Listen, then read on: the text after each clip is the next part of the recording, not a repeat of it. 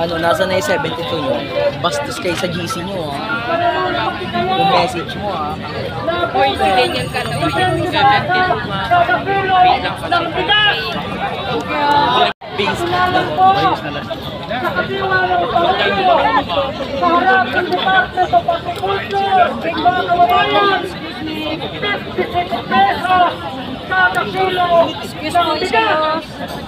Tunayan ang bigas dahil wala pang bakilino ng mga proyekto sa layunin nyo dito sa sagwan yung rally, sinabayan nyo pa ng Kilos Protesta yung ika-126 anibersaryo natin. Ano pong gusto nyo iparating sa gobyerno? Tingin namin hanggang ngayon, hindi pa tunay na independent o malaya yung Pilipinas. Nakikita natin na maraming iba't ibang bahagi. Hindi lang dito ang China, pero particularly yung US. At syempre, dawit dito ang kabataan bilang hindi lang magmamana ng lipunan, pero dahil sa mga ilang patakaran na pinapasa ng gobyerno, kagaya ng mandatory ROTC, ilalagay pa sa panganib ang kabataan sa gera na hindi namin pinili. So ang hamon po namin ay tumindig para sa kabataan at tumindig para sa sambayanan. Atin ang Pinas at huwag tumanig sa US or China. Tapos ang hamon rin namin sa aming kapwa kabataan ay sundin ang yapak ni Jose Rizal at Andres Bonifacio, mga kabataan noon na Pilipinas laban sa Espanya. At ituloy natin ang kanilang laban para magkaroon din tayo ng lipunan para sa atin, para talaga sa mga Pilipino. Ayun lang po. Anong sabi nyo doon sa lumalalang tensyon sa West Philippine Sea? Anong reaksyon nyo ron, mga kabataan?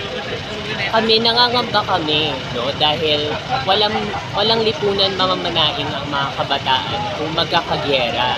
Mali, syempre, na binubuli ng China yung mga mangingisda. Pero hindi rin tama na ang US, no, dekada-dekada pinoprovoke din ang China sa pagtatayo ng iba't ibang mga EDCA sites, sa pagsasagawa ng balikatan exercises year on year. Kumbaga, ginagawang teatro yung Pilipinas sa giyera na maraming masasaktan. Kaya ang pinapanawagan namin, bilang sa gobyerno pero sa lahat ng kabataan, na tumindig para sa Pilipinas at piliin ang Pilipinas na tayo ay maging malaya at kayang tumayo sa ating sarili.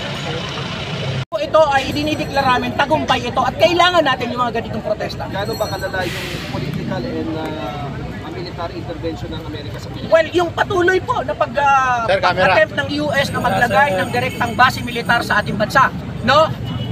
Yung mga US bases na plano nilang iitindig sa mga estratehikong rehiyon sa buong bayan ay isang napakadelikado sa ating seguridad. At yung tuloy-tuloy na walang taning labas-masok nila.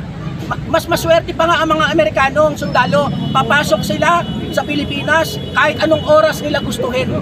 Yung mga mangingisda ay tinatakdaan nila ng oras, hindi kayo